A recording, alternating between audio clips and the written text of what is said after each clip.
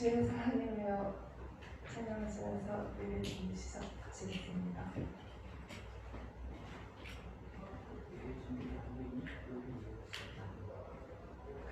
예배 시작하시겠습니다.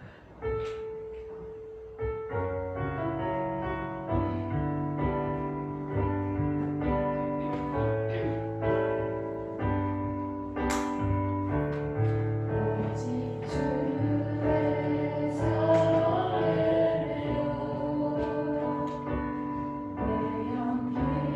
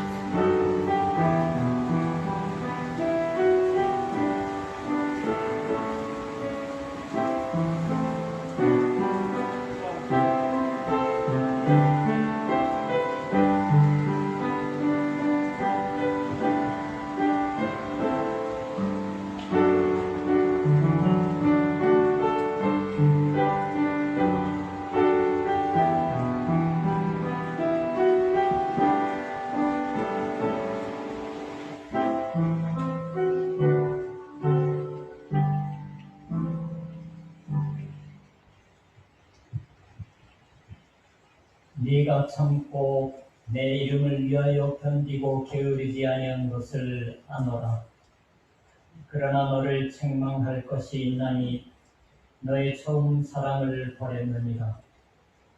그러므로 어디서 떨어졌는지를 생각하고 회개하여 처음 행위를 가지라.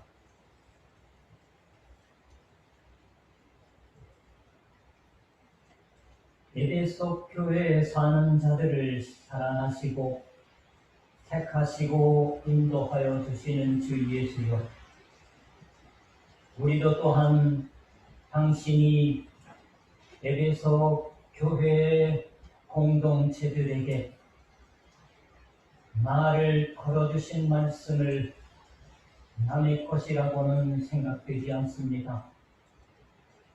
전도자 요한이 써보낸 설교의 다름 아닌 이 계시록의 말씀이 에베소 교회의 집회에서 읽혀졌을 때 교회에 모인 이들은 어떠한 생각으로 들었던 것일까요? 박해에 견디고 인내를 거듭하며 게으를 적이 없었다고 주 예수여 당신은 에베소 사람들을 칭찬하고 있으십니다. 사랑을 담아서 칭찬하고 있으십니다. 우리는 곧바로 게을러지기 쉽습니다. 그렇지만 우리를 능가한다고 생각하는 에베소 교회의 사람들의 영혼 속을 엿보듯이 해서 말씀하십니다. 어디에서 떨어져 버린 것인지를 생각하여 처음 사랑의 행위로 돌아가라고. 그렇지 않으면 당신의 교회는 진실로 싸울 수가 없는 것입니다. 주 예수여 당신의 뒤를 따라 선교회까지 향하는 싸움이 할 수 없는 것입니다. 사랑이 많으신 주여, 새삼 오늘의 예배를 통하여 당신을 향한 우리들의 사랑이 고백되게 하여 주시옵소서. 생명을 쏟아서 주 예수여 당신을 사랑하게 하여 주시옵소서. 아멘. 찬송가 15장 기립하셔서 부르시겠습니다.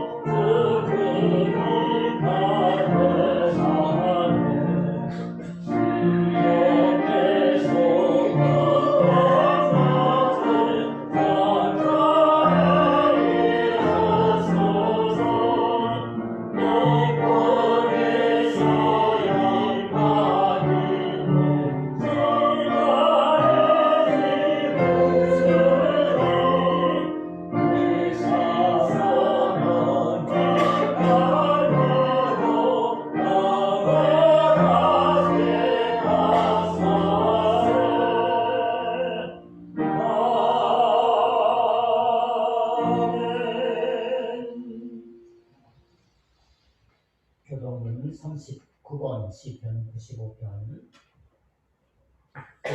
우리가 예수께 노래하며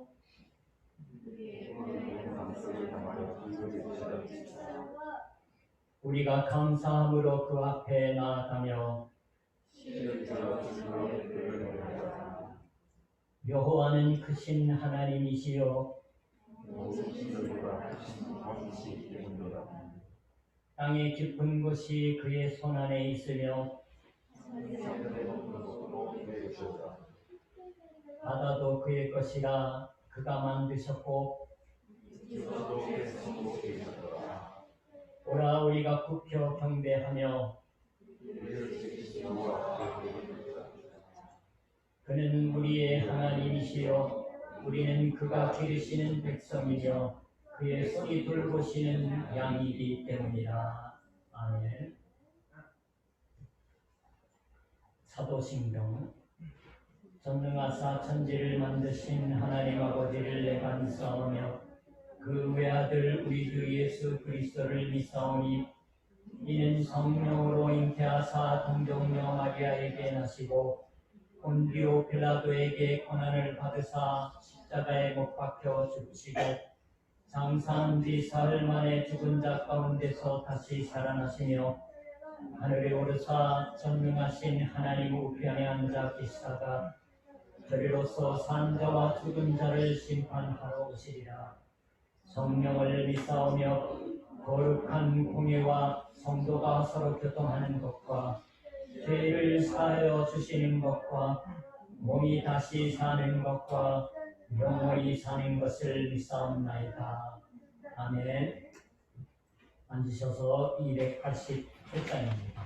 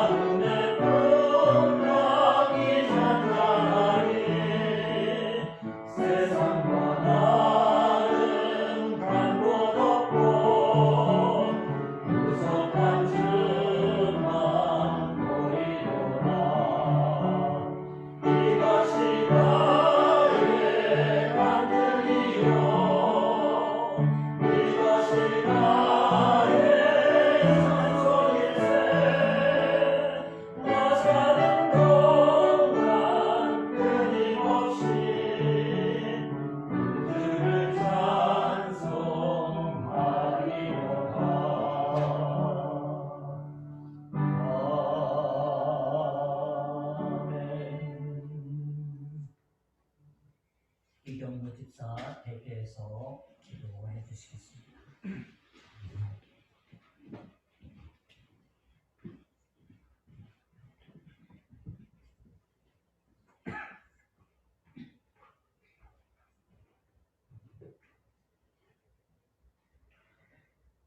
같이 기도 드리시겠습니다. 사랑의 하나님, 한 해 3분의 2가 지나가고 있습니다.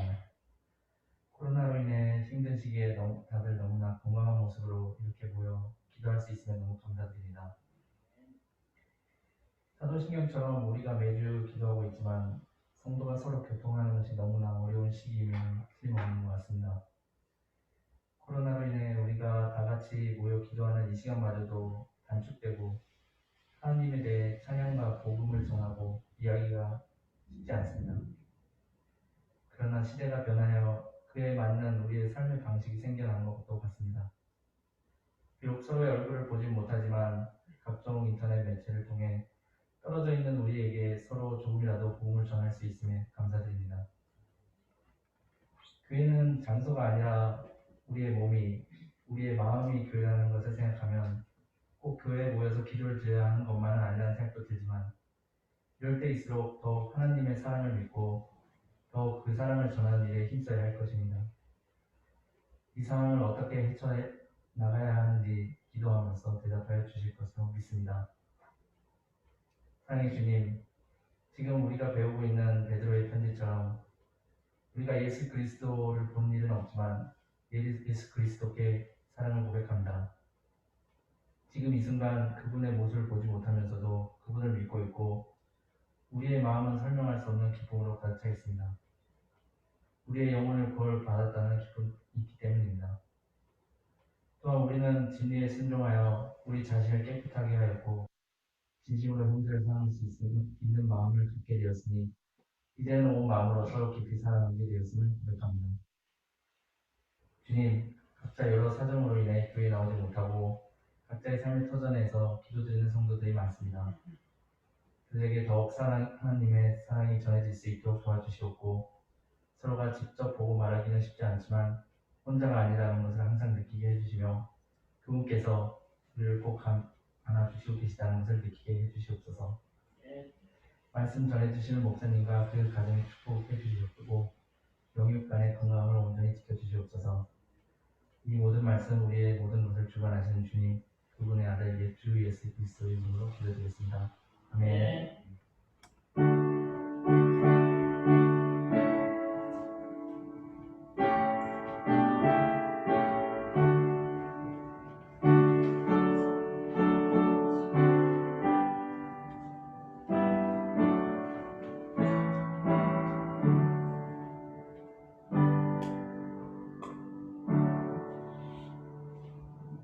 오늘의 성경 말씀 베드로전서 1장 13절부터 21절까지입니다.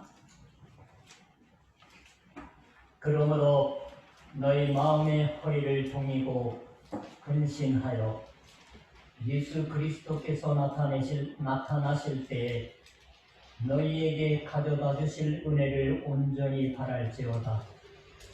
너희가 순종하는 자식처럼 전에 알지 못할 때에 따르던 너희 사역을 본받지 말고 오직 너희를 부르신 거룩한 이처럼 너희도 모든 행실에 거룩한 자가 되라.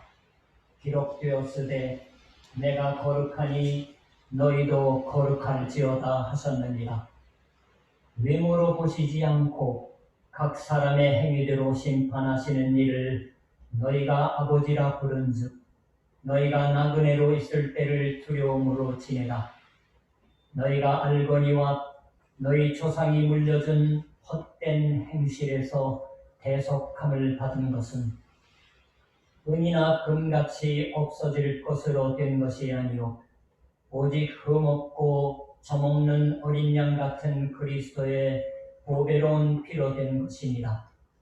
그는 창세전부터 미리 알리신 바 되심이나 이 말세에 너희를 위하여 나타내신 바 되었으니 너희는 그를 죽은 자 가운데서 살리시고 영광을 주신 하나님을 그리스도로 말미암아 믿는 자니 너희 믿음과 소망이 하나님께 있게 하셨느니라. 아멘.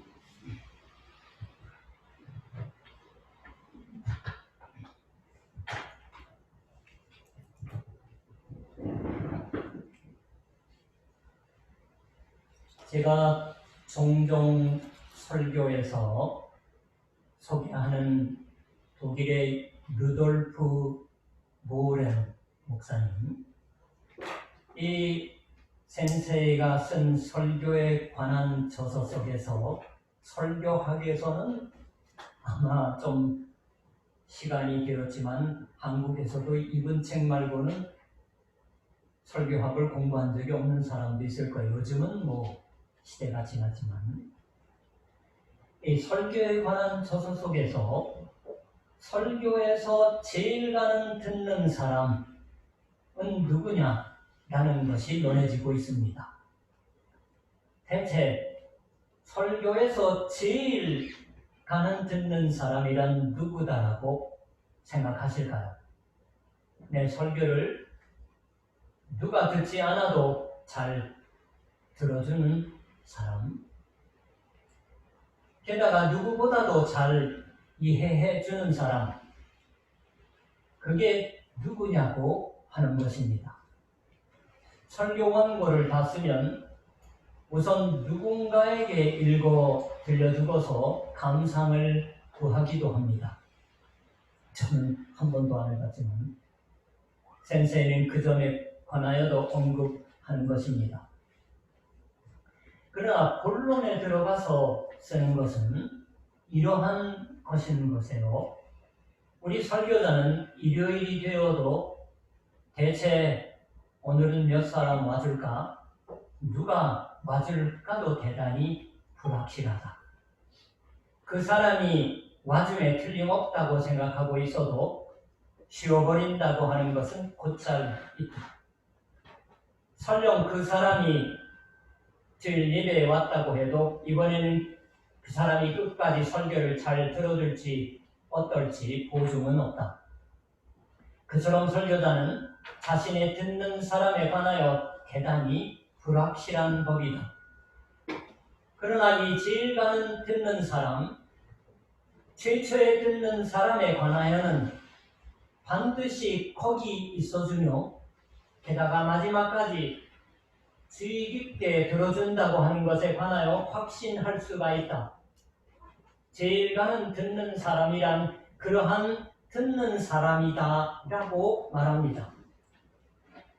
어떤 기대를 갖게 하는 듯한 쓰기를 하지만은 지체 없이 거기서 명백히 하는 것은 제일 가는 듣는 사람이란 하나님 자신이다라고 말하는 것입니다. 하나님이 귀를 기울이고 있으시는 것이에요. 게다가 설교자가 가장 잘 잊어버리는 것은 이 점이다라고 보렌 센세이는 말합니다. 자신의 설교를 하나님이 듣고 있어 주신다고 하는 것을 잊어버리니까 설교가 재미있고 기억에 남을지는 모르지만 망가진다라고 하는 것입니다. 여러분들은 어떨지 모르지만 상당히 공감이 되었던 부분이에요. 옛날에 읽었던 내용이지만.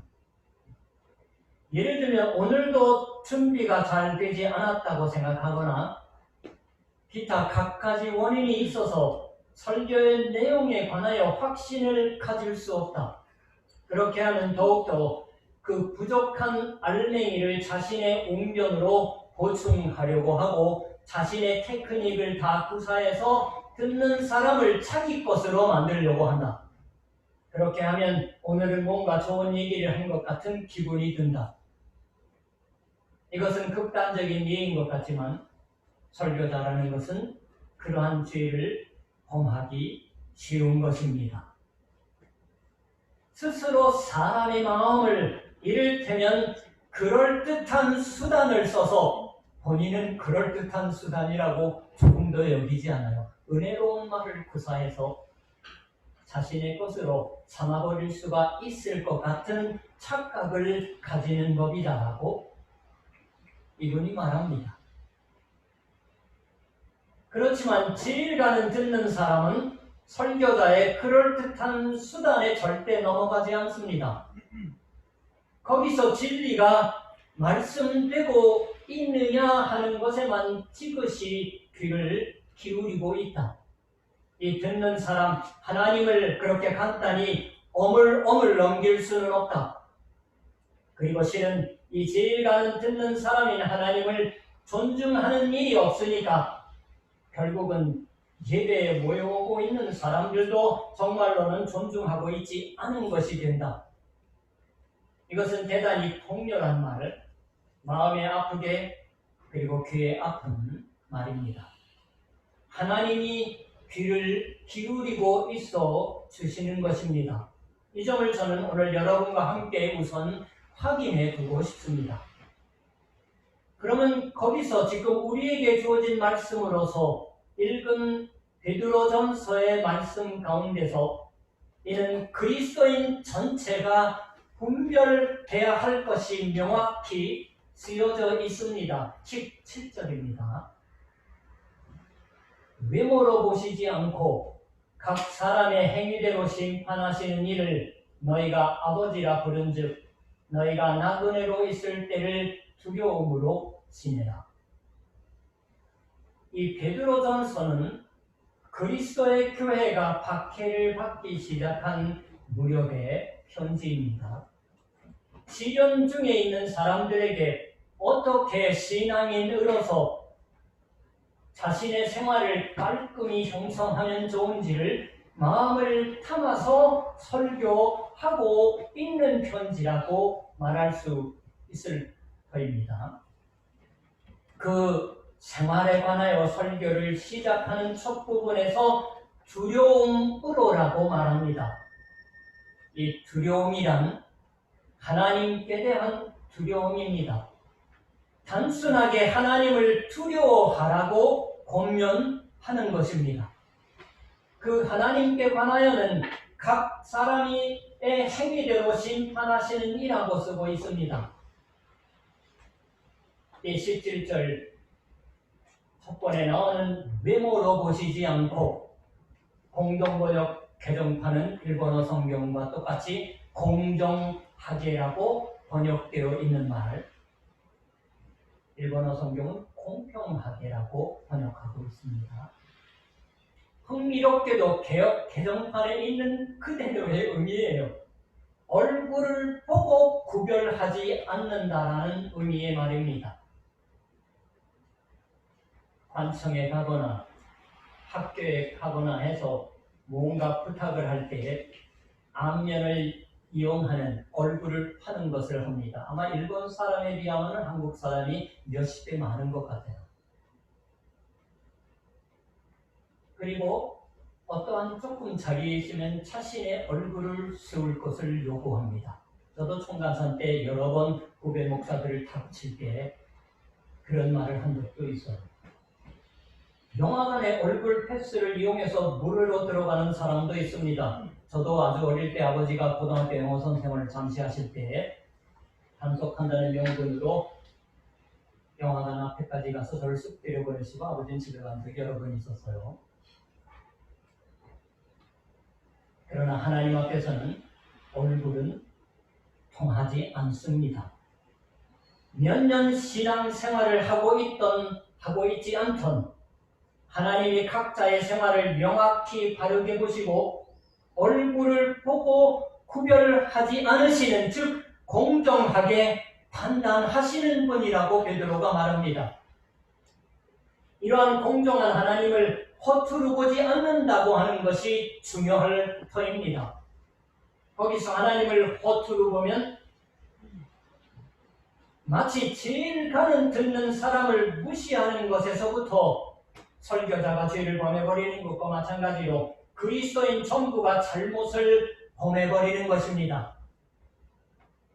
박해 속에서 그 당시의 신앙인들의 놓인 상황, 그것은 모처럼 하나님을 믿었는데, 아니 오히려 하나님을 믿었을 뿐인데 우리가 이런 곤욕을 치릅니다. 하나님 어떻게 해줄 겁니까? 라고 말하면 말할 수 있을 상황이었다고 생각합니다. 베드로전서를 받아본 모든 교회가 그와 같은 사람들에게 누구보다도 그 하나님을 마음을 다해 진실로 두려워하라 라고 격려하는 말로부터 그리스도인들의 생활에 대한 교훈을 풀어가기 시작합니다.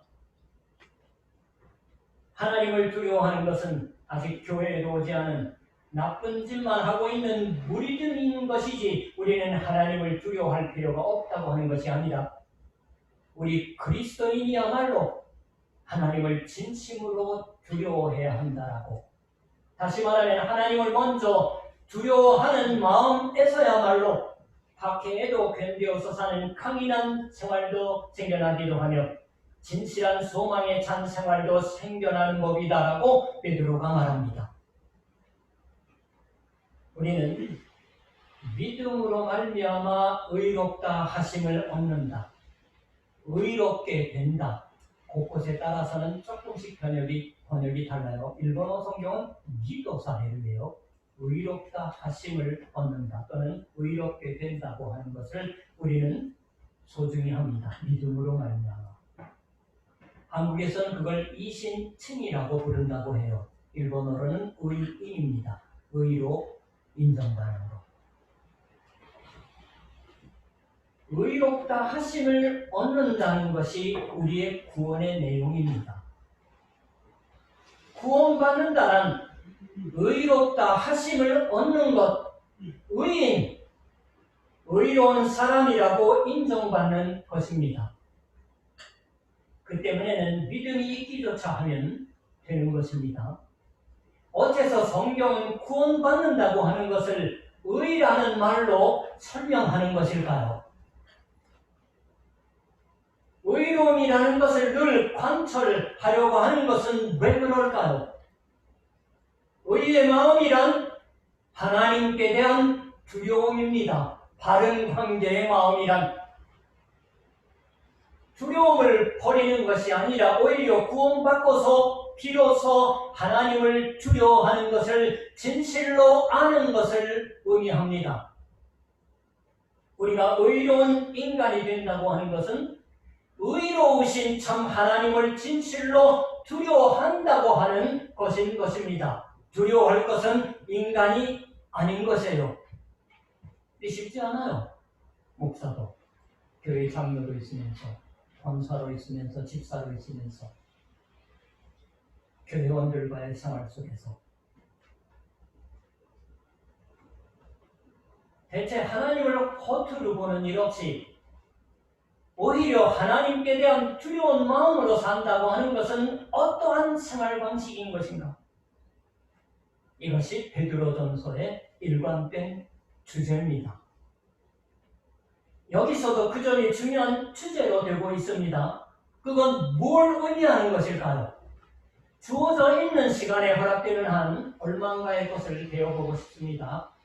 오늘 느닷없이 17절부터 배우기 시작하였지만 오늘 아침 주어진 말씀은 13절부터이니까 새삼 13절을 읽어보면 이렇게 쓰여 있습니다. 그러므로 너희 마음의 허리를 동이고 근신하여 예수 그리스도께서 나타나실 때 너희에게 가져다 두실 은혜를 온전히 바랄지어다. 마음의 허리를 동이고라고 있습니다. 일본어 성경은 허리를 생략했는데 본문엔 허리가 나와요. 여러분 그냥 있는 글자만 생각해 봅시다. 허리를 동이는 게 뭡니까? 허리에 띠를 맨다고 하면은 아는데 허리에 벨트를 하는 것은 아닌데.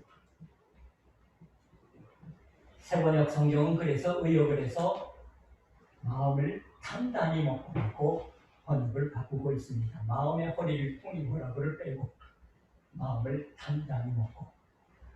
여러분도 옛날 성경 시대의 그림을 보셨을 터입니다.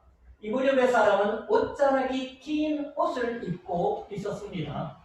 베드로도 바다 위를 호수 위를 걸어오시는 예수님의 모습을 보고 제자들이 처음에는 귀신이라고 생각했잖아요. 벗고 뛰어들거나 하지 않으면 안 되는 거예요. 그 때문에 뭔가 특별한 일을 하려고 하거나 달리기 시작하거나 할 때에는 방해가 되니까 허리에 띠를 매고 그 띠에 옷자락을 밀어넣어 버립니다. 발밑에 휘감겨 붙는 방해가 되는 옷자락을 모두 걷어붙여서 깔끔히 옷차림을 가다듬지 않으면 안 되는 것이에요. 그처럼 움직이기 쉬운 자세를 만드는 것입니다. 이 그리스도 성경 영어로 설명한 것을 보면은 기동성을 높이는 자세라고 나와 있더라고요. 군인 같으면은 막 싸우기 시작하게 되는데 벌쩍거리고 찔러넣는 거예요. 이것이 마음의 허리를 통이고라고 번역되어 있는 원문에 의미하는 바입니다. 장애로부터 완전히 자유로이 된다.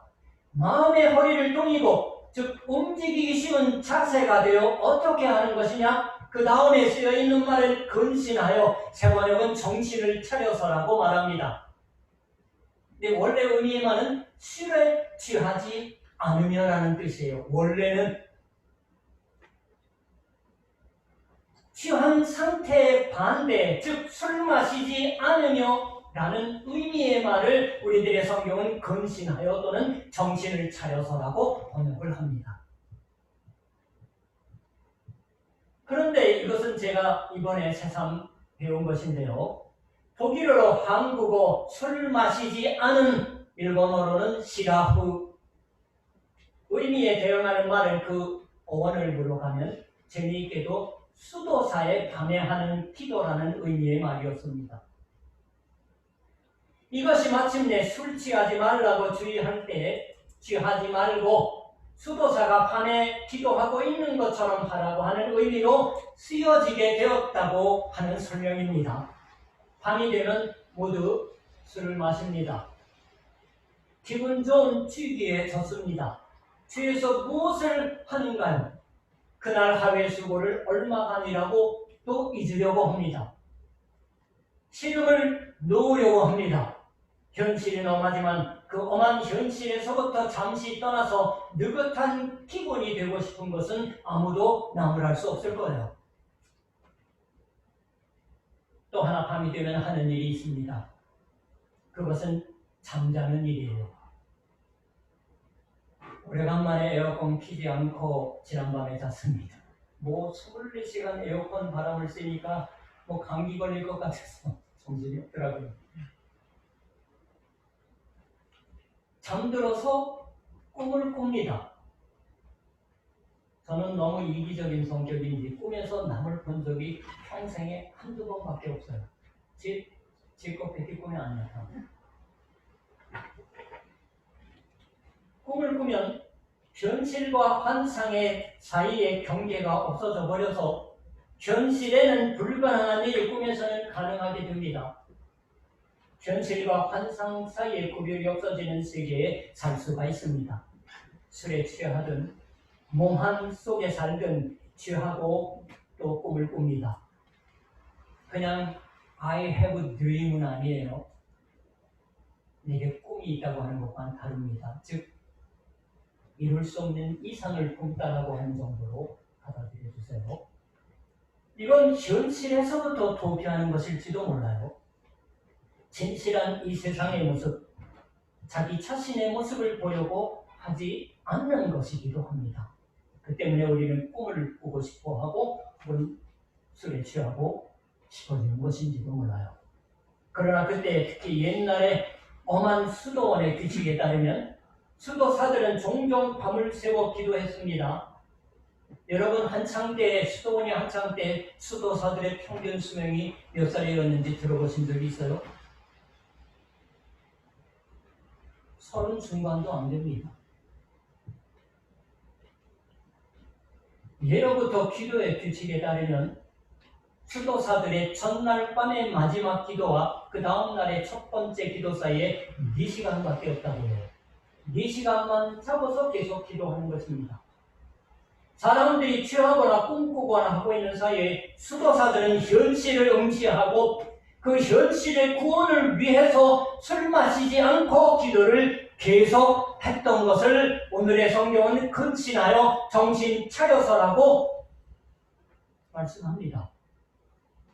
그렇게 정신을 차려서 산다는 것은 바로 그 밤에 기도하는 수도사의 모습에야말로 표현되어 있는 것이다라고, 그와 같은 현실적인 감각, 게다가 기도로 사는 마음이 술 마시지 않음이라는 의미였습니다. 종교나 믿음이나 기도는 사람을 취하게 해서 현실을 보는 것을 그만두게 해버리는 아평과 같은 것이다라고 말하는 사람이 있었습니다. 여러분 잘 아시죠? 철학자예요.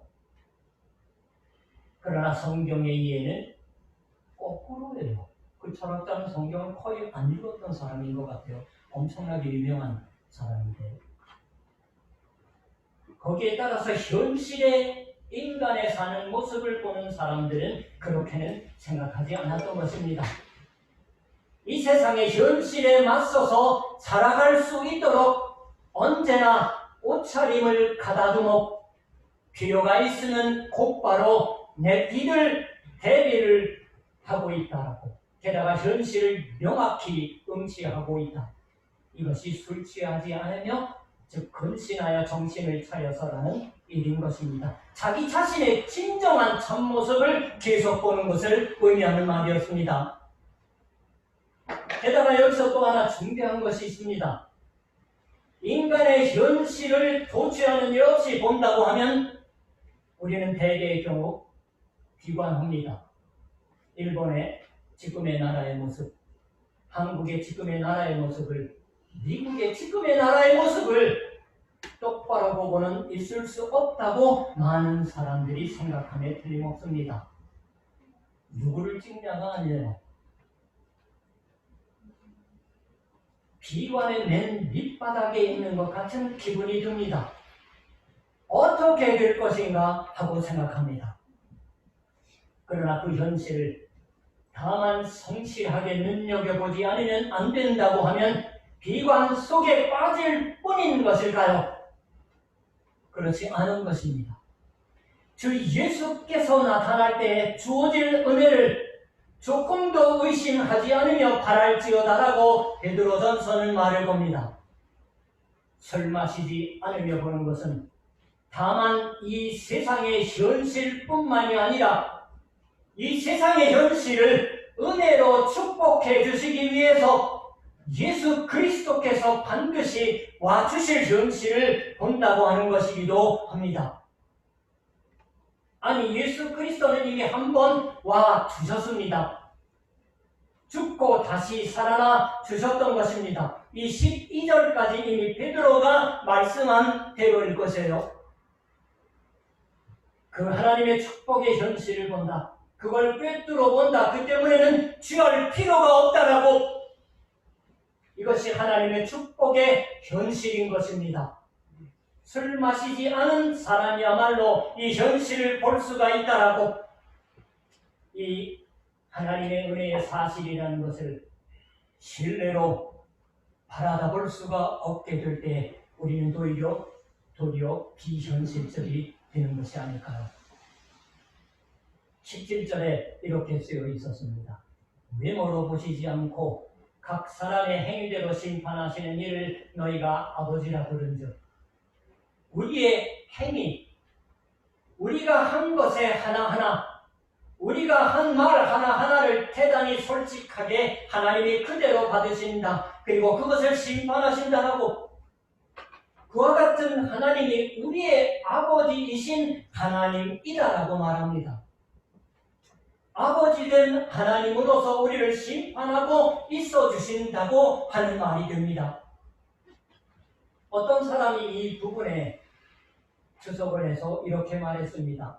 아버지라면, 그 하나님이 아버지라면 세상 외모로 보지 않고 또는 공정하게 라는 등 까다로운 것을 말하지 않으며 자기 자식은 적당히 무르게 보아주는 법이다라고 우리는 생각할지 모른다라고. 그러나 바로 그처럼 외모로 보지 않고 즉 공정하게 심판하는 분이야말로 우리의 아버지로 있어 주신다. 뭘 의미하는 걸까요? 그러나 바로 그처럼 외모로 보지 않고 공정하게, 인간으로 보면 실로 모순되고 상치되고 있는 것처럼 생각되는 이 두 가지 것, 공정하다고 하는 것과 아버지이신 것이 여기서 하나가 되어 말씀되고 있습니다. 이 점을 깔끔히 받아내는 곳에 믿음이 생겨납니다. 우리를 심판해 주시는 것은 우리의 아버지로서 심판하고 있어 주셔서 죽이려고 심판하시는 게 아닙니다. 살리시기 위해서 심폐수를 할 때 죽이기 위해서 하는 사람이 있어요. 하나님이 그렇게 하여 주신다라고. 그 점을 신뢰를 가지고 잘 보지 않으면 안 됩니다. 그와 같이 해서 우리의 현실을 하나님의 축복의 현실 속에서 본다고 하는 것이야말로 하나님을 두려워하는 마음으로서 먼저 요구되고 있다라고 이걸 여기서 명확히 받아내고 싶습니다. 하나님의 현실을 부정하는 것은 오히려 취한 인간이 하는 짓입니다. 인간 자신의 영광에 취했을 때 이 현실은 보이지 않게 되는 법입니다. 이 점에서 우리는 종종 잘못 알아서 하나님 같은 건 없다고 말하는 편이 어지간히 현실적인 것이다라고 굳게 믿고 있을 따름일지도 몰라요. 밖에 나가서 믿지 않는 사람들과 대화할 때 세간의 사람에게 어째서 이제 와서까지 여전히 신 같은 거 믿고 있는 것이냐라고 하는 말을 들으면 우리 그리스도인은 자신이 꿈을 꾸고 있는 인간인 것처럼 생각할지도 모릅니다. 그러나 성경은 거꾸로예요. 하나님을 부정하는 것은 아직 꿈을 꾸고 있는 상태다라고 말합니다. 하나님은 정말로 있으시는 것이다라고 믿고 사는 인간들이 지하지 않으며 현실로 사는 것을 말합니다. 하나님을 아버지라고 부르는 하나님의 자녀로서 사는 인간이야말로 건강하게 현실을 사는 현대인인 줄 믿습니다. 베드로가 계속 씁니다. 14절 15절 너희가 순종하는 자식처럼 이전 알지 못할 때에 줬던 너희 사역을 본받지 말고 오직 너희를 부르신 거룩한 자처럼 너희도 모든 행실에 거룩한 자가 되라. 일본어 성경은 너희 욕망에 끌려다니지 말고라고 번역을 하고 있어요. 시키질 않았는데 순종하는 자식처럼 이라고 말합니다. 하나님을 아버지로 안 자는 이제까지의 무지한 제멋대로 제 생각대로 산 자신의 생활 방식을 버린다라고 말합니다. 버렸을 때 무엇이 나오는 것입니까? 생활 방식이라고 번역한 것은 공동번역 개정판이고 우리들의 다른 성경은 행실이라고 번역하고 있습니다. 똑같은 단어예요. 일본어 성경은 그걸 생활이라고 번역하고 있습니다. 버렸을 때 무엇이 생겨나오는 것일까요? 거룩한 자로서 사는 길이 생겨난다고. 하나님이 거룩하신 것처럼 우리도 모두 거룩한 자가 된다고 말합니다. 레위기의 말씀이에요. 이 거룩한이라는 말이 첫째로 의미하는 바는 도덕적인 의미에서 우리가 성인이라고 부르는 사람과는 전혀 다릅니다. 원래는 구별되다라는 의미의 말을 거룩하다라고 번역하고 있는 거예요. 어떤 것에서부터 깔끔히 나뉘어진다라고 하는 말인 셈입니다. 그것이 어째서 거룩한 자가 자라는 의미가 되었냐고 하면 나뉘어져서 하나님의 것으로 되었기 때문이에요. 그래서 하나님이 거룩하신 것처럼 우리도 거룩하게 살라. 이지만 하나님이 거룩하시기 때문에 우리가 거룩한 거예요. 하나님의 것으로 되었기 때문에 하나님의 것이다라는 것이 이 거룩한 자의 말에 의미하는 바입니다. 도덕적으로 놓고 놔두면 다음 문제예요. 하나님의 것으로서 살아버리는 생활이 말씀되고 있습니다. 그러니까 거룩한 자로서 산다고 하는 것은 바로 옛날 이스라엘 백성이 이집트에서 나왔던 것처럼 우리도 자신이 열심히 지켜온 생활 방식으로부터 나올 것이 요구되는 것입니다. 허리에 걷어 올려 띠를 다시 메고 하나님의 것이 완전히 되기 위해서 허리춤에 옷자락을 찔러놓고 나오는 것을 말하는데 대체 어디로부터 어디로 나가는 것을 말하는 것일까요? 여기서 대단히 흥미있는 것은 이 15절의 모든 행실이라고 번역되어 있는 말이 18절의 공동 번역 개정판에 헛된 생활 방식이라고 번역되어 있는 말과 같다고 하는 것입니다. 17절에 행위라고 번역된 그 행위는 다른 그리스어예요. 전혀 다른 말입니다. 그러니까 너희 조상이 물려준 헛된 생활 방식으로부터라고 번역해도 좋은 셈입니다.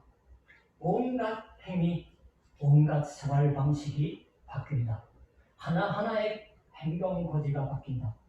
이제까지의 행동거지는 조상이 물려준 할아버지에게서 가르침받고 아버지에게서 가르침받아온 생활 방식이다. 그러나 정신을 차리지 않으면 실은 알맹이는 텅 빈 것입니다. 그래서 헛된이라는 단어를 사용하는 거예요. 그와 같이 공허한, 좀 전에 말로 하면 취한 제도의 현실에 들어맞지 않은 생활을 말합니다. 그런 생활에서부터 한 발 내디뎌서 하나님의 것이 완전히 되는 생활을 만들게 되는 것, 이것이 무지를 버린다라고 하는 의미입니다. 현명하게 된다라고 하는 의미인 줄 믿습니다. 왜 이런 걸 베드로는 여기서 새삼 말하지 않아서는 안 되었던 것일까요? 아마 사도 바울이 개척해서 세워졌던 교회들을 향해서 보는 편지라고 저는 개인적으로 생각하고 있습니다. 상상하는 것은 당시의 교회 사람들은 신앙인으로서 열심히 살고 있었다고 생각합니다. 그러나 당시의 그리스도 교회는 오늘날의 그리스도 교회보다 훨씬 작은 교회였습니다.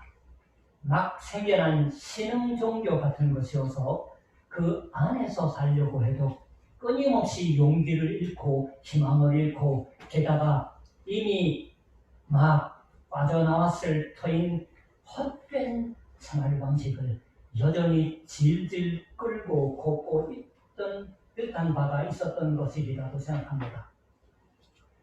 헛된 생활 방식에 허물 같은 것을 질질 끌고서 그것과 싸우면서 매일 거룩함 속으로 하나님의 것이 완전히 되는 길로 지금 한 발 내디뎌가는 듯한 생활을 하는 것이 당시의 그리스도인들의 삶의 모습이요 고뇌이었을 터입니다. 베드로가 그래서 그것을 여기서 가르치고 격려하고 있는 것이에요. 좀 전에 외모로 보시지 않고 공동번역 개정판은 공정하게 심판하는 분이 아버지라고 불리고 있다고 하는 것은 어떠한 것을 의미하는 것인지를 배웠습니다. 그 점으로 다시 한번 뒤돌아갑니다. 이 17절을 쓴 후에 베드로는 이런 식으로 18절에 쓰기 시작하고 있는 너희가 알거니와, 이것은 어떠한 것일까요? 뭘 알거니와 로부터 시작되는 문장은 처음으로 베드로가 여기서 쓰는 문장이 아니라 그 이후에 나오는 내용이에요. 교회 당시의 사람들이 모두 잘 알고 있던 말 혹은 내용의 것이었던 것이 아닌가라고 말해줍니다. 교회 모두가 모여서 소리를 합해요. 자신들의 믿음의 내용으로서, 즉 신앙 고백의 말로서 이야기하고 있던 것이 아닐까라고 말해줍니다. 그렇다면 당연히 알거니와라고 말하고 있을 터예요. 언제나 입에 담고 있던 말인 것일 터예요. 어쩌면 찬송하고 있었을지도 모른다고 말해줍니다. 뭘 고백하고 찬송하고 있던 것일까요? 18절부터 21절 다시 읽어보죠. 너희가 알거니와 너희 조상의 유전한 망령된 행실에서 구속된 것은 은이나 금같이 없어질 것으로 한 것이 아니요 오직 흠없고 점없는 어린 양 같은 그리스도의 보배로운 피로 한 것이니라. 그는 창세전부터 미리 알리신 바 된 자나 이 말세에 너희를 위하여 나타내신 바 되었으니 너희를 저희 죽은 자 가운데서 살리시고 영광을 주신 하나님을 그리스도로 말미암아 믿는 자니 너희 믿음과 소망이 하나님께 있게 하셨느니라. 우리도 교회에 모일 때마다 대체 무엇을 고백하는 것일까요? 신앙 고백에 이르기 전 단계라고 말하고 싶습니다. 우리가 여기 가지고 오는 것, 그것은 우리가 지금까지 맛보아온 죄의 현실입니다. 그것이 우리 인간의 현실이다라고 밖에 말할 도리가 없는 그러한 생활 방식일 것이에요. 우리의 헛됨을, 공허함을 보이는 그것일 것입니다. 이 갈등과 미움이 계속되는 한 어디에 희망이 있는가 하고 생각할 만큼의 현실입니다. 이 상황이 계속되는 한 이 세상 속에 진정한 행복이 오는 것인가 하고 생각할 만한 세상입니다. 그러나 교회에 모일 때마다 나아가 우리가 하나님으로부터 주어진 믿음의 사실로서 고백하는 것은 우리가 그 허무한 생활 방식에서부터 대속함을 받았다라는 것입니다. 새번역과 공동번역 개정판은 해방되었다라고 번역해 줍니다. 원문의 의미는 몸값을 지불하고서 되사들였다라고 하는 의미입니다. 신약 성경에 단 3번 나오는 말이에요. 누가복음, 디도서, 그리고 오늘의 전도서는 그 마지막에 이르러서 은이나 금도 허무하다고 하는 것을 이야기했습니다.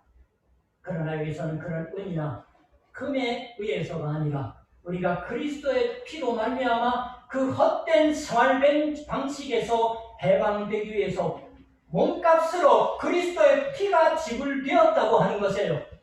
여러분, 자기가 급해서나 필요 없다고 생각해서 팔았는데 얼마 지나고 보니까 없으면 안 될 거예요. 그럼 계산 드릴 때에는 같이 비싸지잖아요.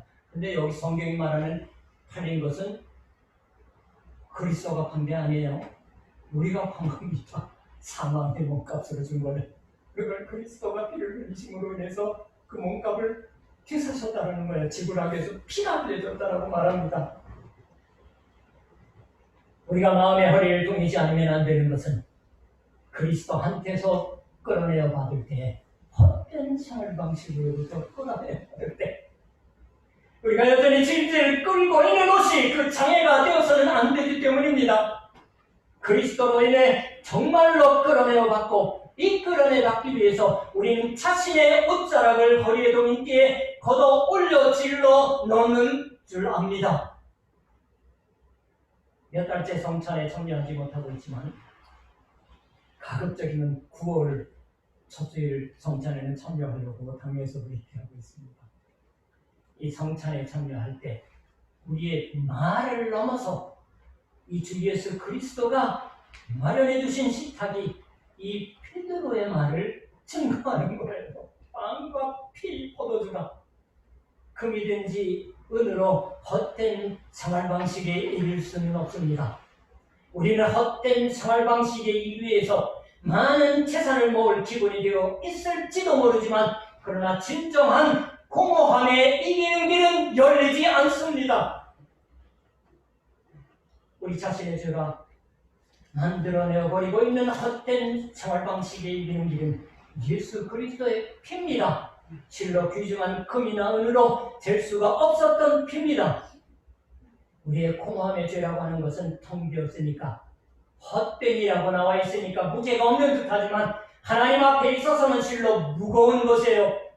공정하게 심판하는 외모로 판단하지 않는 하나님의 심판에는 견딜 수 없을 만큼 무거운 것이 공허한 모든 행실 또는 생활 방식이라고 말씀합니다.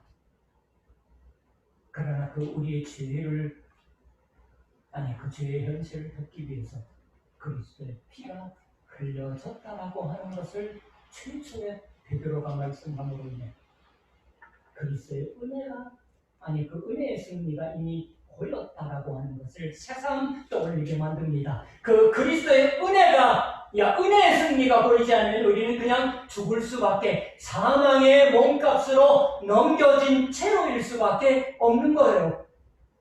우리는 육체는 튼튼해도 하나님이 여기서 우리에게 구원을 분명히 보이고 있어 주시는 은혜의 현실을 곧바로 잃어버리는 듯한 생활을 해버립니다. 어린 양 같은 그리스도의 보배로운 피, 그 피가 우리도 흔들리지 않는 하나님의 현실 안에 서게 하고 있어 주시는 것입니다. 그리고 그것이 우리에게도 허락되어져 있는 길인 것을 우리가 기뻐해야 하지 않을까요? 그 길로 매번 예배로 올 때마다 초청받기 위해서, 초대받기 위해서 우리는 지금 허리에 띠를 하고서 하나님의 현실에 참여하는 이 한 주간으로 살아가시기 바랍니다. 기도하겠습니다.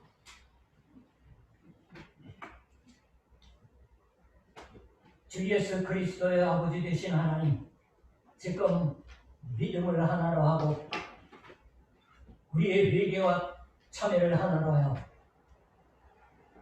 주님의 식탁에 지금 이 자리에서 참여하지 못하지만은 그런 우리를 깨끗게 하여 주시며 은혜에 목욕하는 자로서 삼아 주시옵소서.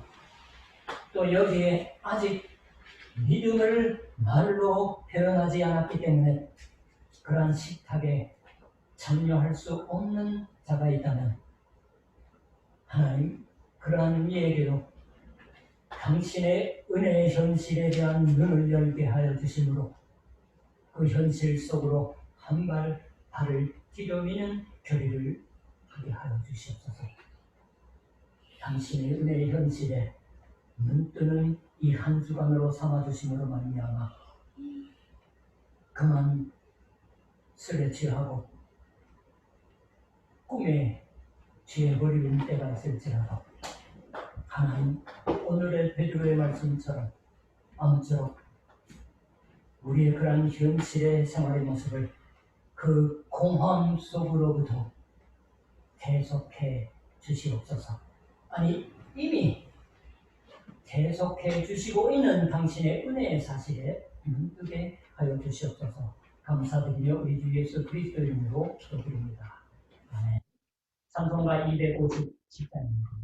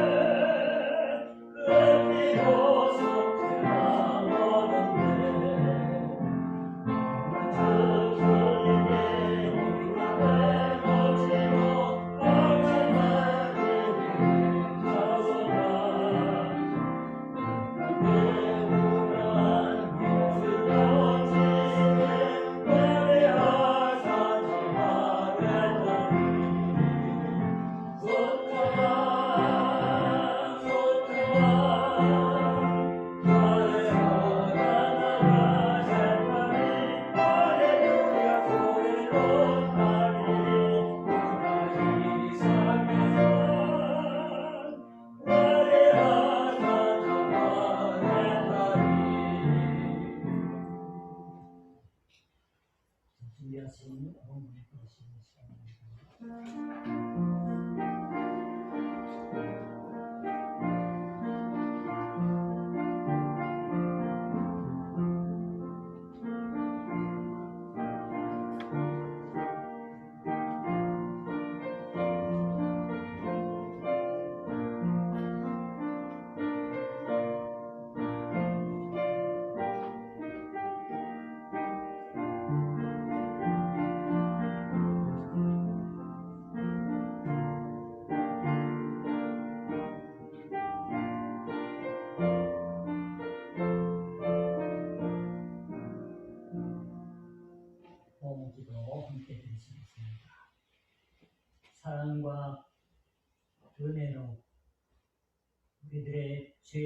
현실을 여기까지 안고 오는 하나님의 현실에 반하는 모습이 찬송을 부르며 기도에 우리들의 소원을 밝혀드리며 또한 말씀을 통하여서 세상 그러한 우리들의 현실을 능가하는 하나님의 현실 속에 서게 해주시니 감사드립니다.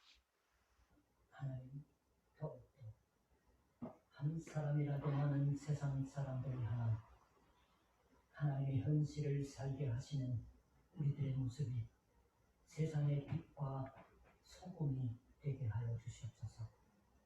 이제 하나님 앞에 바쳐드린 이 물질이 그러한 우리의 전도의 사역으로 세상을 향한 물질로서 풍성히 사용받게 하시기 위하여 하나님 하늘로부터의 놀라운 축복으로 아침 손길들을 축복하여 주시며 세상을 살아갈 때 어떠한 낭만과 어려움과 힘든 일이 우리를 엄습할지라도 오로지 주님만을 우러러보며 하나님이 허락해 주시는 삶 속에서 찬양과 기도를 끊이지 않는 모습이 되게 하여 주시옵소서. 감사드리며 우리 주 예수 그리스도 이름으로 기도드립니다. 아멘. 오늘은 조금 시원해서 아멘 소리가 클 줄 알았는데 역시 몸이 지치셨나봐요. 아무튼 이제 오늘 그래도 거의 스쿠바도 35도 쭉 넘었지요. 뭐 제가 살고 있는 쪽도 35도가 쭉 넘는 날이 너무 계속됐습니다. 봄에 저희 조그만 마당에 잔디가 죽은 데 씨를 뿌려가지고 제법 싹이 났어요. 그래서 성공했더니 이 땡볕에 내일 저녁에 물이 싹 말라버리더라고요. 옛날부터 나왔던 잔디는 못생겨도 튼튼한데 막 봄에 씨를 뿌렸던 것은 깨끗하게 나오다 그냥 싹 사라지더라고요. 아무튼 연륜은 아니지만은 우리가 말씀을 통해서 늘 용기와 격려 속에 살게 해주시는 줄 믿습니다. 다음 주 8월 마지막 주일에요. 한국이면은 9월 되면은 아침 저녁으로 찬바람이 분다고 하는데 일본은 제 기억으로도 9월은 덥습니다. 한국처럼 온도가 낮지 않은 것 같아요. 일본은 뭐 10월까지 덥다고 하는 얘기도 하는 것 같은데 건강에 유의하시고 지금 가는 곳이래 화면으로 예배에 참석하고 있는 분들도 건강한 하루를 보내시기를 바랍니다. 아무튼 당에서도 일어날 거지만 수요일 성경 공부로 이제 내용을 바꾸어서 이제 유튜브에 올리고 있습니다. 여러분과 대면하여서 우리가 만나지는 못하지만 그래도 수요일 저녁 때 교회까지 오시지 못하는 분들이 어느 정도 그래도 성경 공부에 참여하시고 있지 않나 하는 희망도 갖게 됩니다. 아무튼 그러한 주어진 여건 속에서 하나님이 우리로 하여금 살게 하시는 하나님의 현실 속에 한 발 더 빠져볼 수 있도록 인도하시는 믿으니까 여러분들 감사드립니다. 아무튼 건강에 계속 주의하시고요. 저도 지난주 제 TV가 갑자기 나서 혼났습니다. 아무튼 지금은 어느 정도 괜찮게 하네요. 다른 연락상 없으시면은 다음 주 우리가 첫 주에 강의로 모이지 못해서 9월 첫 주 재직회 어떻게 할 것인가 그리고 9월 첫 주 성찬 어떻게 할 것인가라는 거 응원하기 위해서 다음 주는 예배 후에 강의를 또 모입니다. 다른 연락상 없으시면 기립하셔서 620장 2절 찬송하시면 또 모두 마칩니다.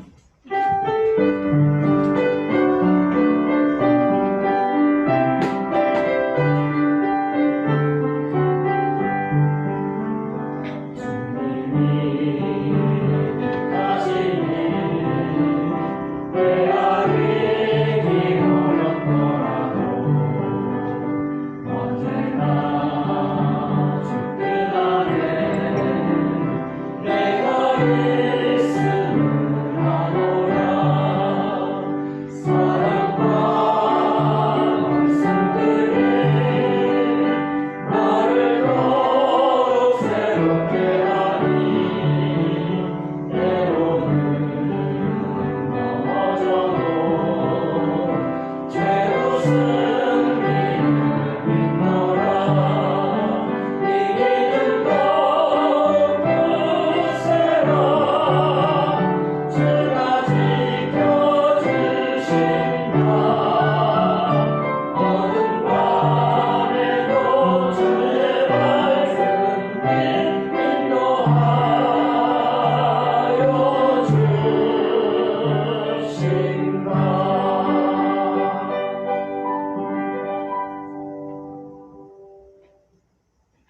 소망의 하나님이 모든 기쁨과 평강을 믿음 안에서 너희에게 충만케 하사 성령의 능력으로 소망이 넘치게 하시기를 원하노라.